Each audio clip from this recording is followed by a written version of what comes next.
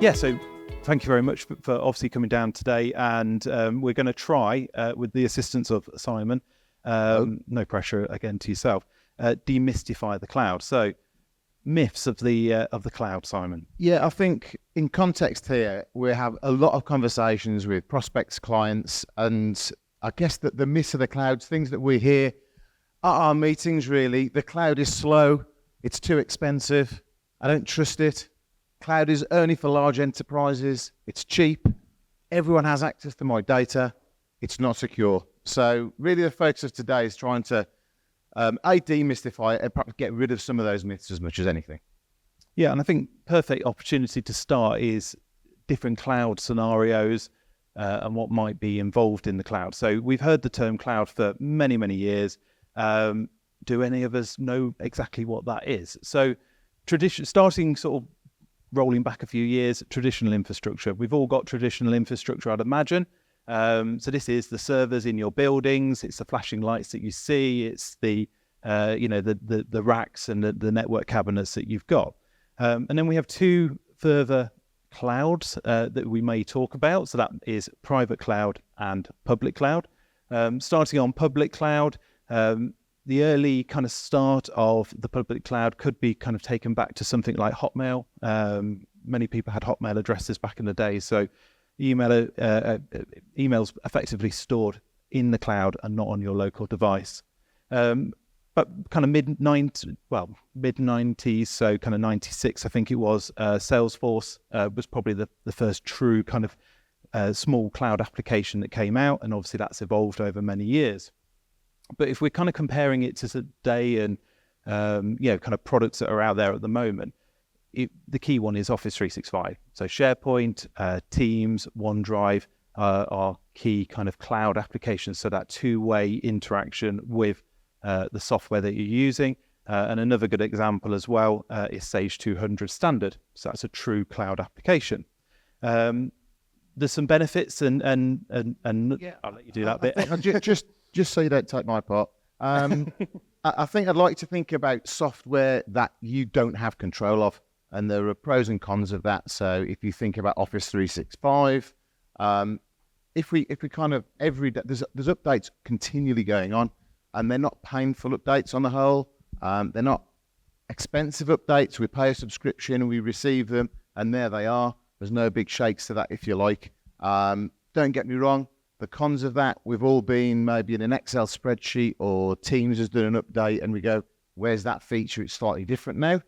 So it takes our control, but there's lots of benefits because it keeps moving forward. So there's no massive jumps as much as anything. So that's how I'd like you to think about public cloud solutions. Yeah, exactly that. So it's that, the software that you're using today might not necessarily be the same in 3 to 6 months' time. And looking at private cloud, so EBS cloud, obviously we've got to slide that into the presentation, is a good example of what private cloud is. So that is effectively still having complete control over your servers, over the software, over when you're doing those upgrades, and effectively migrating that, I'm going to use a little laser pointer, so the traditional infrastructure into the private cloud. So essentially it's software that's still hosted, but we have control of it. And you've mentioned EBS Cloud, which we'll go on to a little bit more in a moment, but we control your infrastructure. Again, if you imagine some of your line of business applications, if they just automatically got updated, it could cause chaos, systems down, productivity down. We don't always want that environment. So the private clouds allows us to have that control. Yeah, and just another term for you to take away from today, hybrid cloud. So hybrid cloud is effectively 2 or more of the 3 different scenarios. And probably just as a quick show of hands, who here thinks they are 100% traditional infrastructure, got absolutely nothing in the cloud, not got any data, sort of not got Apple Music. Yeah, either they've fallen asleep or they haven't got any, but that's as expected. I wouldn't expect that anybody, there's HR software out there, lots of different software. I'm sure you're using something. Is anybody 100% public cloud? So kind of not using anything locally? No, I think that's probably as expected, really. Has anybody yet made the leap to EBS cloud or to the private cloud? I don't think I've had a single hand. I reckon there's some thanks, people Mark. in the room who are on Office 365 SharePoint. You don't have any servers. You don't connect to any servers. I think there's some people in the room, even if they don't put their hand up. Okay. I think we know who you are. So, in terms of hybrid cloud, I think realistically, everybody in this room, I'm not going to ask for a show of hands, but I think realistically, everybody in the room is running a hybrid cloud in some way. So what does the cloud look like? This is a very easy one. Go on then. White fluffy thing in the blue sky, or a grey fluffy thing in the grey sky? No. We practiced that. You probably can't tell. So in terms of what does the cloud look like, it's a data center. What does that look like? It's an industrial building. So this is a Birmingham-based data center that we use. And in terms of security, it is really up there in terms of the level of protection. So when you arrive, your vehicle's searched, you are checked, your IDs are checked, and there's two effectively electronic gates to get into the building. So once you've got through that, you can drive through. Your first gate opens and you drive through into that. The gate shuts and the gate in front of you opens. You are now in the car park. So once you're in the car park, you can go down. You can go through a access controlled turned style. That will take you down to the glass doors, which you can see in this picture. You can then get access to the reception area. When you're in that reception area, you then have to go through another set of security checks, including being weighed. So don't have a big lunch if you are in there, because they're effectively weighing you in and weighing you out and making sure that you're not taking anything out that you shouldn't be. They're also going to check any toolboxes, any equipment that you've got. Once you've gone through all of that, you are then taken through to effectively the racks within the data center. And there's all temperature control channels in here as well. It's all supplied through green energy, but I'll come on to some of the other areas of backup in a couple of slides' time. I think what we really approach is it's not a figment of your imagination, the cloud. It is actually a physical location. And I think the other thing from that myths part of it, when people talk about security, I would challenge anyone who's got offices that are as secure as that. These are not EBS premises. This is where we've got place in the data center as much as anything. So it's very difficult to get in there. It's very difficult to get access to that data if you shouldn't get access to that. Yeah, data. from a physical security point of view. And this is where, it's very difficult to compare competitors' clouds. So some of our competitors, not naming them, have effectively data centers in their offices. So, they might be meeting certain standards required, but they haven't got that kind of physical security. I mean, there's CO2 fire suppression in here. So if there is a fire, you have to get out exceptionally quick because effectively it takes all the oxygen out of the air. So you're not going to last particularly long, regardless of whether there's a fire or not. But also dual power feeds coming in off the network from the national grid, dual generator backups, dual UPSs, dual power all the way through. So you'll see in this data center red and blue channels of power all the way through. So without going too technical, what are the advantages? I'll put them on the screen for you so you can read them. There's a few areas that we've highlighted here. So again, very top level, I think we talk about flexibility. I think the term I always like to say is that work is something you do, not a place you go. And I think with cloud solutions, hosted solutions, that's one of the benefits it gives us. Whether you're in an office, whether you're working from home, whether you've got a place in the Bahamas, your office, please, your solution, the way that you work will be exactly the same. And I think that's a really, really key benefit. Did you get the bit about Bahamas? Yeah.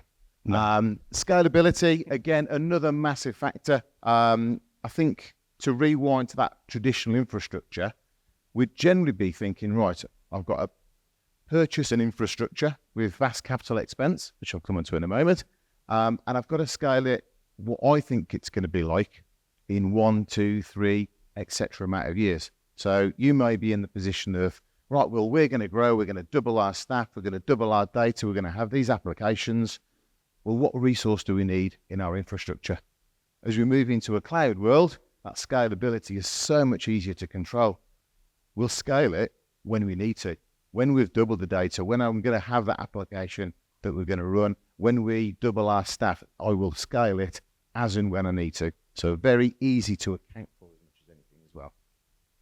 And we haven't really talked about reliability. I mean, obviously we talked about the data center, but the actual equipment that's in those racks is effectively EBS owned equipment. And there's dual everything again. So dual firewalls to a next level to what you'd probably expect to an on-premise site. There's dual switches, there's dual servers. Those servers are replicating as well. So again, to kind of build that reliability into an on-premise traditional infrastructure, you're talking tens and tens of thousands of pounds. So again, we'll come on to cost, but it's comparing what that might look like. I think, let's be honest, the most painful thing to any business is downtime. And ultimately, within a cloud environment, it's much more reliable. Again, replication of servers. Who's got a server that's ready and is replicating that's on premise? It's very rare, particularly in the SMB world, to have that in infrastructure. I forgot the word there.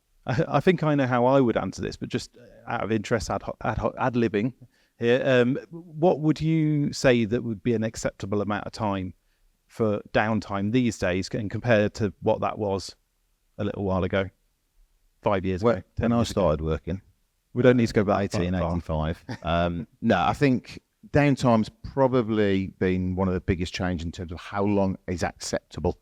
If I go back to when I started working, actually a day's downtime in IT infrastructure was not uncommon. If you ask people to take a day out of their business and productivity from it wasn't EBS.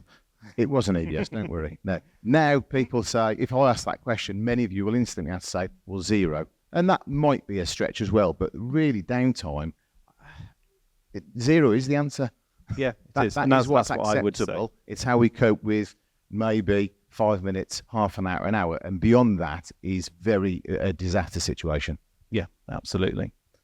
And I think this is kind of where it leads us on in terms of it's not as expensive as you think, versus the benefit that it brings. And I think if you look side by side at a quote for a traditional server, and then you looked at cloud, it potentially would look expensive. You know, when you don't sort of take into considerations that scalability, the fact that you're buying something now that's going to last you 3 to 5 years, and you're trying to plan that growth in there, and some things might happen in the business that you're not expecting, and also bringing in kind of the additional functionality that you get as well, like the replicated servers, the increased security, the cost of power now. You know, we've all seen the energy prices going up. If you're running air conditioning as well, you've got to run that. You've got to cool the servers, and then the maintenance side of it. You know, people coming out to fix it potentially if there is an issue, and then comparing that to the actual cost to the business. You know, if you do have that downtime, and I think the key. Where's my laser pointer? The key ones to take from here is fire, theft, flood are the key physical things that may cause downtime. And fire does happen. You know, we do deal with businesses that have had isolated fires. They do experience some downtime, which obviously if you've got cloud, as long as you've got the internet connection, you can still function. And then obviously you've got the connectivity and power backup that you've got in the data center. I just think talking costs, I could do a good show of hands question here. Who likes an unexpected IT spend? Darren from EBS in the sales department. Yeah, and that's it. I think I'm not saying there's never an unexpected cost with cloud, so I'll be very careful with how I choose that. However, a more stable budgeting on your IT spend is always an important factor. Again, going back to that traditional infrastructure, every 4 or 5 years, the capital investment of a server or servers, maybe UPSs and the rest that goes with that. If we can move that away to a monthly model, it means our finance people are often happier. Our directors are happier, saying we know what our IT budget is, and therefore it's easier to control. They may not like the budget, but they will still be more accepting of a monthly. I think that's key, isn't it, in terms of rolling that back to that question. You know, we go and see lots and lots of different people, and typically nobody likes spending money on IT until it goes wrong, and they then want to prevent that from happening again. This is your bit. Oh, this is a question for you as a business owner, Richard. So what motivated EBS to develop their own cloud? Well, as you ask, we wanted to provide effectively the cloud for the SMEs. So We wanted an affordable and accessible solution for the SME businesses. We had a number of customers or prospects that were coming to us and saying, can you provide us a cloud solution? We want to move to the cloud. And then we sent them the quote. And very quickly, they didn't want to go to the cloud anymore, and they wanted to put a server on premise. And I understand that. Azure and AWS or Amazon Web Services, fantastic products. Worldwide coverage, amazing uptime, lots of servers, replicating to each other.